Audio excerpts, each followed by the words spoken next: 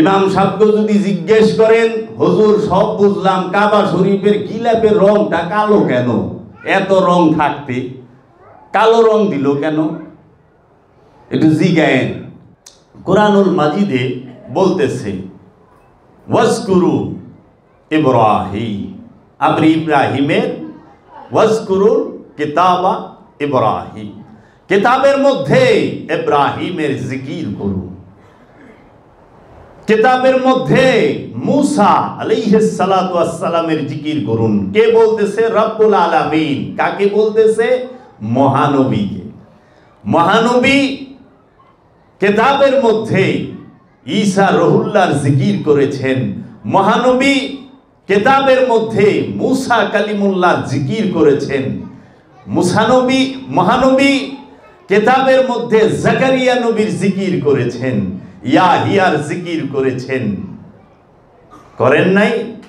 যদি মহানবী কিতাবের মধ্যে জাকারিয়া নবীর, ইয়াহিয়া নবীর, আইয়ুব নবীর, শুয়াব নবীর, ইয়াকুব নবীর, ইউসুফ নবীর, ইব্রাহিম নবীর, ইসমাইল নবীর, ইসহাক নবীর, জুলকিফল, হযরত খিজির, আল্লাহর যে আব্দুহু, তাদের জিকির, এবং এই যে বাবা আদমের জিকির করা হয়েছে, সমস্ত নবী রসুল গণের জিকির আমরা কার থেকে পেয়েছি? কিতাবের মধ্যে কে জিকির করেছে? সে হচ্ছে সরকার দু আলম আবুল কাসেম মুহাম্মদ মুস্তাফা আহমদ মুস্তাফা সাল্লাল্লাহু আলাইহি ওয়াসাল্লাম জিকির করেছেন। এই জিকির কি আপনারা কি জানেন? জিকির কাহাকে বলে? সুফির দরবারে দর্শন ভিত্তিক আলোচনা হবে। সুফির দরবার থেকে শিক্ষা নেবে। প্রতিযোগিতা, ফাটাফাটি, ছিড়াছিড়ি সুফির দরবারে হয় না। সুফির দরবারে সব সময় জ্ঞানের দরজা খোলা থাকে। জ্ঞানের দরজাটা সুফির দরবারে খোলা থাকে। জিকির কাকে বলে? জিকির শব্দের বাংলা হুবহু অনুবাদ করতে যায়া পুকুর চুরি করে নাই, সাগর চুরি করে ফেলাইছে। একটা হইলো পুকুর চুরি। পুকুর কতটুক জায়গা নিয়ে? 1 বিঘা, 2 বিঘা, 5 বিঘা নিয়ে হয়। সাগর কইলে কোনো বিঘা লইয়া হয় না, সাগর অসীম। এই পুকুর চুরির জায়গায় জিকির শব্দের হুবহু অর্থ সমুদ্র, সাগর চুরি করছে। কেমনে? জিকির ওয়াজকুরুন নি'মাতা, হে আমার হাবিব, আপনি আমার নিয়ামতের জিকির করেন। তাহলে এইখানে মুসলিম উম্মাত, মানব জাতির বুঝার বিষয় আছে যে রব্বুল আলামিন বলল ওয়াজকুরুন নি'মাতা, আপনি জিকির করেন আমার নিয়ামতের। তাহলে জিকির কি, নিয়ামত কি বুঝতে হবে। নিয়ামত কাকে বলে আর জিকির কাকে বলে? এখন যারা আলিফ লাম মিম, 3টি হরফ, এই 3 হরফ, এটাকে কি বলা হয়? আমি এই লাইনে যাব না, এটা বিশাল ব্যাপার। শুধু এর জন্য এই 3 লাইনের অর্থ করতে যায়, অনুবাদ করতে যায়, কেউ লেখছে এটি আল্লাহই ভালো জানেন, এটি আমাদের জানা নাই। তা আপনার জানা নাই, তো আল্লাহর ওলি জানে, ওনারও জানেন না। আচ্ছা, আল্লাহর ওলি জানেন না, তাহলে আল্লাহর রসুল জানে? কয় রসুলেরও এটা জানা নাই, তাইলে পাতা নেই। কয় खुदा को मालूम, खुदा को पता है, रसूल को पता नहीं, वली को मालूम नहीं, और हमको तो पहचान भी नहीं, আমি তো চিনি না। কারণ মোল্লায় বুঝে নাই, ওলি কেমনে বুঝবো? কি কয় না কয়? হ্যাঁ, গ্রামার নিয়ে আরবি পড়ছে, গ্রামার নিয়ে আরবি পড়ছে। আমি এক জায়গায় গেলাম, রব আর আল্লাহ এইটার ডেফিনিশনে যখন আসলাম, তখন গ্রামারের সূত্র ধরায় দিল। তাই আমি কইলাম, কোরআন বলতেছে যেই নবী রব বলেছে, যেই নবী আল্লাহ বলেছে, সেই নবী নিজেই উম্মি। কোরআন বলতেছে তে উম্মি নবীর বাণী। উম্মি নবী বলল রব্বুল আলামিন আল্লাহু মুহাম্মদ রাসূলুল্লাহ। এই যে বলল উম্মি নবী, সে তো গ্রামার দিয়া আল্লাহ রব বলে নাই, গ্রামার দিয়া রব বলে নাই, সে তো গ্রামার জানেই না। তাহলে এখন এই যে জিকির, এই জিকির শব্দের অর্থ কি? তারা করে স্মরণ। কি স্মরণ করব? বাবা স্মরণ কি? আগে যদি কেউ দেখা থাকেন তারে সেন স্মরণ করবেন, আগে যদি কোনো আকাম কুকাম কইরা থাকেন তাইলে সেন স্মরণ করবেন নাকি? স্মরণ করা মানে মনে কর, তো মনে তো করুন যা আগে কইরা থুই আইছি, কিংবা যারে আমি আগে চিনি তাকে স্মরণ করুন। যেরকম আমি আপনারে দেখছি, এখন ভাই আপনি আব্দুর রহিম রে চিনেন, আব্দুর রহিম, আরে স্মরণ করেন, ওই যে গুলিস্তানের মোড়ে দেখা হয়েছিল, ওহ হ্যাঁ স্মরণে আসছে, স্মরণে আব্দুর রহিম চিনি আমি। তো স্মরণ করব যারা আমি চিনি। তাহলে কি ওয়াজকুরু রাব্বাকুম, তোমরা তোমার রবের জিকির করো। রবের কি দেখছেন? স্মরণ যে করবেন, স্মরণ অর্থ করলেন। রবের লোকে দেখা হয়েছে মৌলবী সাহেবে, কথা হইছে না। জিকির শব্দের অর্থ হচ্ছে সংযোগ এবং যোগাযোগ প্রতিষ্ঠা করা। সংযোগ এবং যোগাযোগকেই বলা হয় আরবিতে জিকির। এই জিকির করেন কার সাথে? রসুলের সাথে সংযোগের চেষ্টা করেন, রবের সাথে যোগাযোগের চেষ্টা করেন। এই সংযোগ, রসুলের সাথে সংযোগ এবং রবের সাথে যোগাযোগের চেষ্টাকেই বলা হয় জিকির। জিকির আর সালাত এই দুইটার একই অর্থ, কিন্তু দুই ক্ষেত্রে যায়া প্রয়োগ পদ্ধতির সময় ব্যবহার ভিন্ন হয়। পিস্তল একই তো লেখা, সন্ত্রাসীর পিস্তল লিখতে কি এবিসিডি দুইটা বেশি লাগে নাকি? লাগে। আর পুলিশের পিস্তল, সেনাবাহিনীর পিস্তল লিখতে এবিসিডি দুইটা কম লাগে, অক্ষর দুইটা, তা তো না। পিস্তল লিখতে একই লাগে, কিন্তু মারতে, সন্ত্রাসীর মারতে কোনো ধারা দেখান লাগে না, কোনো কিচ্ছু দেখান লাগে না, জিদুর সে মাইরা দিছে। কিন্তু যারা আইন রক্ষা করে তাদের অনেক কিছু দেখতে হয়, ঠাসঠুস ফোটানোর অনুমতি তাদের নাই। আমাদেরকে জব্দ করা হয় সহিভাবে, শুদ্ধভাবে, সহিভাবে কোরআন তেলাওয়াত করবেন, নিঃসন্দেহে কোনো ভুল নাই, সত্য চরম। কারণ আপনি সাধারণ মানুষ, আপনি দুর্বল হে নেই। ন্যাংরাজে হ্যারে কয় আয় তো দিহি তুই আমার লোক দূর দেওয়া খরচ নাকি? জানে যে ন্যাংরা আমার লোক দূর দিব কেমন, তো পাওয়াই বালা না, যাই নেই কয়। তো সাধারণ মানুষ তো সহি করে পড়তে পারে না, হ্যাঁ জানে যে পড়বার পারবো না, আমার লোকে কি প্রতিযোগিতা করবো। সহিভাবে কোরআন পড়েন, কোনো সন্দেহ নাই, নিঃসন্দেহে সত্য বলেছেন। কিন্তু সহিভাবে যেটা পড়লেন সেটা কি সহিভাবে মানেন? সহিভাবে কোরআন পড়বেন, চরম সত্য, কিন্তু সহিভাবে যেটা পড়ছেন সেটা মানতে হবে। সহিভাবে তো পড়ছেন, সহিভাবে মানবেন না? পড়েন সহিভাবে, কিন্তু সহিভাবে কেউ মানে না। মানে ইমাম সাহেবই মানে না সহিভাবে যে হ্যাঁ পড়ে, কারণ বেতন লয়। সালাত এটা হচ্ছে দাসত্ব, ইবাদত। ইবাদত দাসত্ব, এটা কর্ম নয়। এখন সালাতকে আমরা কর্ম বানায় আনিছি, সালাত এখন কাজ হয়ে গেছে। সালাত পড়ানিটাই হের কাম, এছাড়া সে আর কোনো কাজ করে না। ওয়াজ করাটাই তার কাজ, পেশা। আমরা ওয়াজ করি, চাইরা না কেউ থেকে লই না। বাবা জাহাঙ্গীরের সুন্নত, বাবা জাহাঙ্গীর জীবনে কোনোদিন কোথা হতে কোনো ওয়াজে চাইরানা পয়সা নেয় না, নিজের পকেটের টাকা খরচ কইরা যায় এই সুপ্রিম ডেলিগেটেড যে সুপ্রিম দর্শন সেইটা প্রচার করে এসেছে।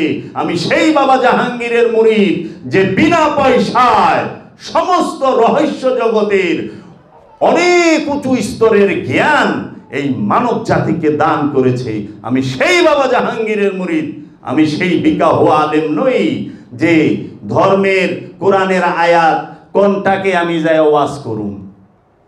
তাই সহিভাবে পড়ছেন, কোরআনে কত জায়গায় আছে যে কোরআন বিক্রি করিয়া লাভ খাওয়া হারাম, যারা কোরআন বিক্রি করে তারা জাহান্নামের আগুন পেটে লইল। 21 বার আছে না? 21 বার আছে। এই সালাত হচ্ছে দাসত্ব, প্রেম, মোহাব্বত। এখন সেইটা করতে যায়, মোহাব্বত করতে যায় মজুরি, কাজের মজুরি হয়, মোহাব্বতের কোনো মজুরি নাই। এর জন্য মোহাব্বত যে যারে করে সর্বপ্রথম ফুল দেয়, এটা হলো প্রতীক। ফুলে কি থাকে? সুবাস। আমার মধ্যে যে মোহাব্বত আছে সেইটা তোমার কাছে দিতে আইছি, ফুল হইলো তার উসিলা। ধরো আমার মোহাব্বতের সুবাসটা যেন তোমার কাছে পৌঁছায়। তাহলে এই মোহাব্বত রে, দাসত্ব রে কর্ম বানায় নিছি। সহিভাবে কোরআন পড়েন, সহিভাবে কোরআন মানেন। সহিভাবে পড়তাছেন কিন্তু সহিভাবে মানতাছেন না। 1 আলিফ 2 আলিফ 3 আলিফ টাইনা পড়তাছেন, কোনখানে জের হবে দাবাবেন, কোনখানে জবর হবে উঠাবেন, সমস্ত কিছু সব ঠিকঠাক করতেছেন পড়তে সময়, কিন্তু মানতে সময় সহিভাবে 1 আলিফ টানেন না, সহিভাবে 2 আলিফ টানেন না। মানার সময় 3 আলিফ কেউ টানে না, মানার সময় কয় কোনো আলিফ টানা লাগবো না, জাইরা দৌড় দি। এইটা তো না। কে কোরআন? আপনি একটা জিনিস খেয়াল করেন, আল্লাহ রাব্বুল আলামিন বলল মহানবীকে, আপনি কিতাবের মধ্যে জিকির করেন। কার? আমার রাসূল, আমার নবী। এদিন বাবা ইব্রাহিমকে, বাবা আদমকে, নূহ নবীউল্লাহকে কে দেখেছে? কে দেখেছে? মহানবীর উম্মতের মধ্যে কেউ দেখছে? তাইলে মহানবীর যত সাহাবা আছে তারা সবাই নাম শুনছে। কার কাছ থেকে শুনছে? মহানবীর কাছ থেকে। মহানবীর আগে যেই নবীর আগমন হয়েছে তার নাম হযরত ঈসা আলাইহিস সালাতু ওয়াস সালাম, যিশু খ্রিস্ট, ঈসা মুসি। এই ঈসা মুসি, ঈসা আলাইহিস সালাতু ওয়াস সালামের আগমন মহানবীর আগমনের 570 বছর আগে। ঈসা নবী কি করছে? ওয়াউদ্রিউল আকমাহা ওয়াল আবরাসা ওয়া উহিল মাউতা কুম বিইজনিল্লাহ। আমি সেই ঈসা, যে ঈসা দাঁড়াইয়া যদি মৃতকে বলে যে লাজারাত কামফু কুম বিইজনিল্লাহ, হে লাজারাত আমার হুকুমে উঠে দাঁড়াও, সঙ্গে সঙ্গে উঠে যায়। এটা ঈসা নবী। হযরত আবু বকর, হযরত উমর, হযরত উসমান, আবু যর গিফারি, সালমান ফারসি কে আয়েশা বলে নাই, রব্বুল আলামিন বলে নাই, বলছে কে? মুহাম্মদ সাল্লাল্লাহু আলাইহি ওয়াসাল্লাম। তাহলে এত সুখ্যাতি সূক্ষ্ম বিষয় মহানবী দেখলো। ফেরাউন মুসা নবীকে অনেক অত্যাচার করছে। ফেরাউনের জাদুঘরেদের সাপকে মুসা নবীর যে আশা মোবারক সেইটা গিলে খায়া ভালাইছে, তাই না? মুসা নবী আইছে কবে? ঈসা নবীরও তো অনেক আগে, কিন্তু মহানবী এত সুন্দরভাবে দেখে কইবার লইছে কেমনে? মৌলভী সাহেব মাথায় কি কিছু ধরে না? এর পিছে কি আছে?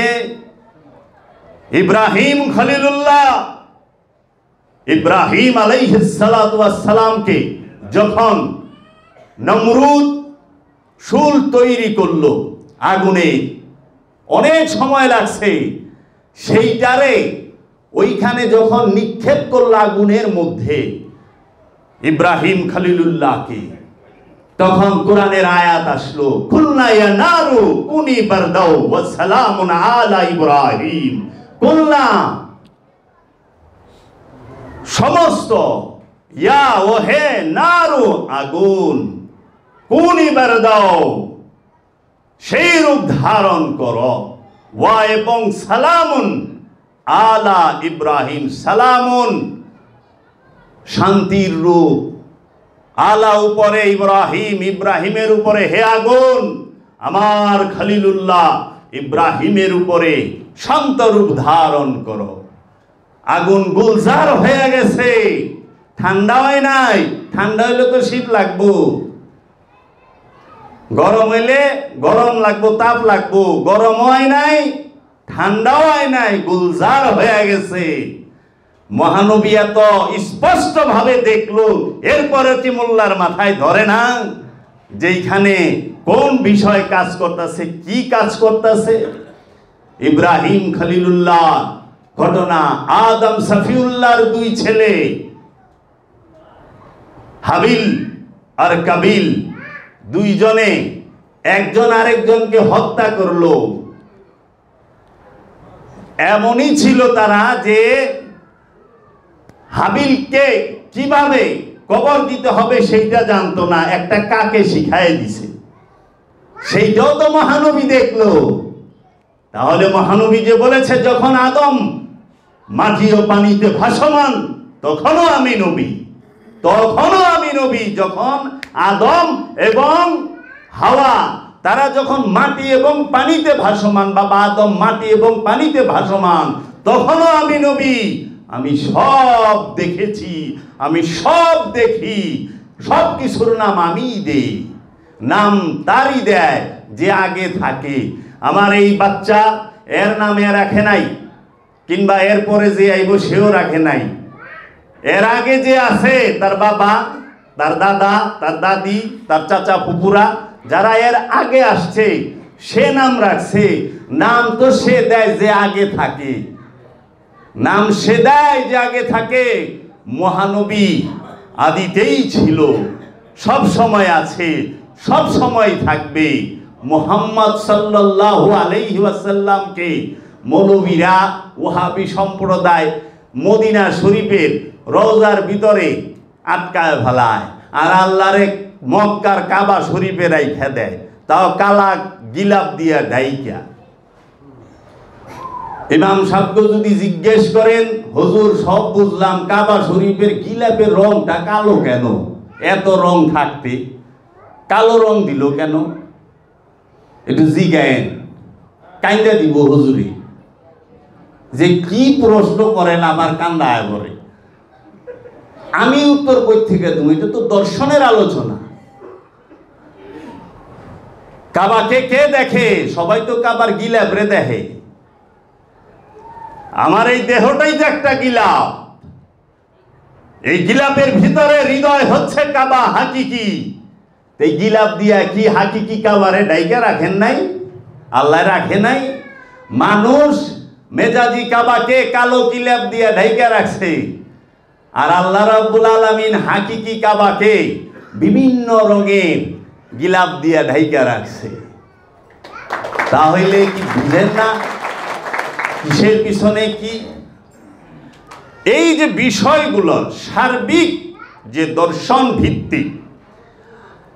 এখন বাবা জাহাঙ্গীরের কিতাবে আপনি খেয়াল করেন, বাবা জাহাঙ্গীর বলতেছে বাংলার সর্বশ্রেষ্ঠ ওলি, বেলায়েতের সর্বশ্রেষ্ঠ স্তর হচ্ছে আবদিয়াত। আবদিয়াতের উপরে যে আবদিয়াত রিসালাতের ঊর্ধ্বে, যে আবদিয়াত নবুয়তের ঊর্ধ্বে, যে আবদিয়াত বেলায়েতের ঊর্ধ্বে, আবদিয়াত হচ্ছে সর্বশ্রেষ্ঠ স্তর রহস্য জগতের। রহস্য জগতের, রবের রহস্য জগতের সর্বশ্রেষ্ঠ স্তরকে বলা হয় আবদিয়াত। বিশ্বাস না যদি হয়, কোরআন খুলেন, সূরা কাহাফ খুলেন। সূরা কাহাফে আল্লাহ রাব্বুল আলামিনের সবচেয়ে জাদরিল যে নবী, যার কথা কোরআনে 135 বারের কাছাকাছি এসেছে, সেই হযরত মূসা কালিমুল্লাহ, যে নবুয়তি ভালাই দিবার চায়, এত আল্লাহর সাথে সব সময় সরাসরি কথা কইত। তার উম্মতরা কি খাইবো এইটা যায় আল্লাহরে কইত। তাহলে বুঝেন যে সে কোন স্তরের, যে উম্মতে কি খাইবো। দয়াল আমার উম্মতে মান্নার সালোয়া খাইবার চায়, কয় চিন্তা করবার না করো, থাকবার কও, সময় মতো আয়া করবো। মান্না সালোয়া খাইতে খাইতে মুসা নবীর উম্মতের মুখ খেতা হয়ে গেছে, গা নারী বুড়ি কালা হয়ে গেছে। অনেক আমরা মান্নার সালোয়া খাম না, আমরা পেঁয়াজ খামু, মূলা খামু, বাগুন খামু, ই খামু। কই এগিনে খাইবা? এগিনে খাই নাকি? এগুলো নিকৃষ্ট জিনিস মাটির তল থেকে উঠে। কয় আমাকে কি বালা? কারণ হরেক রকম স্বাদ, মান্না সালোয়ার তো একরকম স্বাদ। কিন্তু মূলার এক স্বাদ, পেঁয়াজের আরেক স্বাদ, বেগুনের আরেক স্বাদ, কাঁচামরিচের আরেক স্বাদ, লাউয়ের এক স্বাদ, শশার আরেক স্বাদ, এক এক স্বাদ। আপনি কি বুঝতে পারেন না মান্না সালুয়া দিয়া কি বুঝাইছে আপনারে? ওইটা তো মেজাজি। ও মিয়া সাহেব, সাধনা করবেন, স্বাদ নিবেন না? ঘর ছাড়লে কেমন স্বাদ লাগে? পরিবারকে ছাইরা 4টা মাস স্কুলে বয়ে থাকলে কেমন স্বাদ পাওয়া যায়? পরিবারের সাথে, বউয়ের সাথে থাইকা তো স্বাদ পাইছেন, জামাইয়ের সাথে থাইকাও স্বাদ পাইছেন, থাকার স্বাদ। কিন্তু বিচ্ছেদ মানে দূরে থাকলে এই স্বাদটা দেখবেন না? বাবা এসেছেন, সবাই ওঠেন।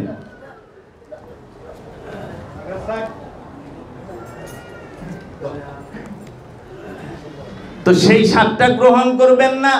আর যদি খালি সুখ দিয়া থইতো, সুখ তো মান্না সালোয়ার মতো হইতো, আল্লাহ আমার সুখ লাগবে না, তুমি দয়া করে আমার একটু দুঃখ দাও। কারণ মানুষ কোন সময় এক জিনিসের মধ্যে স্থির থাকতে পারে না। সবাই ভিতরে আসেন, ভিতরে জায়গা আছে, বাবা জান আসছেন, আপনারা সবাই এখানে বসেন। বাবা জান মূল্যবান আলোচনা রাখবেন আমাদের।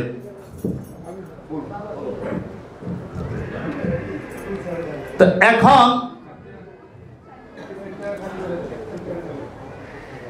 এই যে স্বাদ, মান্না সালুয়া খাইতে খাইতে মুসানবীর উম্মত কইল, দয়াল মুসানবীর কাছে যায়, আমাকে খাওয়ানটা একটু পাল্টাই দেওয়া যায় না? কয় কি? কয় আমাকে জিবলাই আর ভাল লাগে না, স্বাদ লাগে না মান্না সালুয়া। এই তো বেশ টিকা না। কয় তারপরও ভাল লাগে না, আমি মান্না সালুয়া খাম না, পেঁয়াজ খামু, বেগুন খামু, মূলা খামু, আপেল কমলা এগিনা খামু, আমাকে এগিনা দেন, আমরা যেন নিজেরাই চাষ করে খামু। সুখে থাকতে ভূতে গিলায়, এটার কি নিদর্শন না? সেই সূরা কাহাফ খুলেন, সূরা কাহাফের মধ্যে আপনি দেখতে পাবেন যে জাদ্রেল নবী মুসা আলাইহিস সালাতু ওয়াস সালাম সে যায়া কি করতেছে? আল্লাহর যে আব্দিহি, যে রহস্য জগতের সর্বশ্রেষ্ঠ জ্ঞানী, তার ওইখানে যায়া তুর পাহাড়ে যা রবের কাছে ফরিয়াদ করতেছে, রব্বুল আলামিন আমি সেই জ্ঞানী যে আপনার রহস্যের জ্ঞানে পরিপূর্ণ, আমি তার কাছ থেকে শিক্ষা গ্রহণ করতে চাই, আপনি দয়া করে তার ঠিকানাটা, তারে কোথায় পাবো আপনি বলে দিন। রব্বুল আলামিন বললেন, যাও তুমি সেই আল্লাহর আব্দুহুকে, আমার যে আব্দুহু, তাকে 2 সমুদ্রের মিলন স্থলে পাইবা। কই পাইব? 2 সমুদ্রের মিলন স্থলে। মৌলবী সাবরা এই 2 সমুদ্র বানায় কোন হানে? এই পৃথিবীর সমুদ্র রে বানায় থিয়া দিছে যে 2 সমুদ্রে রেহেনে। 2 সমুদ্র মিলন হইছে। এটা কি জাগতিক সমুদ্র না আধ্যাত্মিক সমুদ্র? এটা কি রহস্যের সমুদ্র না অনুষ্ঠানের সমুদ্র, মেজাজি না হাকিকি? তাহলে 2 সমুদ্রের মিলন স্থলে আব্দুহুর দেখা মিলে। 2 সমুদ্রের মিলন স্থলে নবীর দেখা মিলে না, 2 সমুদ্রের মিলন স্থলে রসুলের দেখা মিলে না, আর 2 সমুদ্রের মিলন স্থলে তো মোল্লা যাইই পারে না, চিন্তাই করা পারে না। খেয়াল করতে হবে, গবেষণার দৃষ্টি দিয়ে কোরআন দেখতে হবে।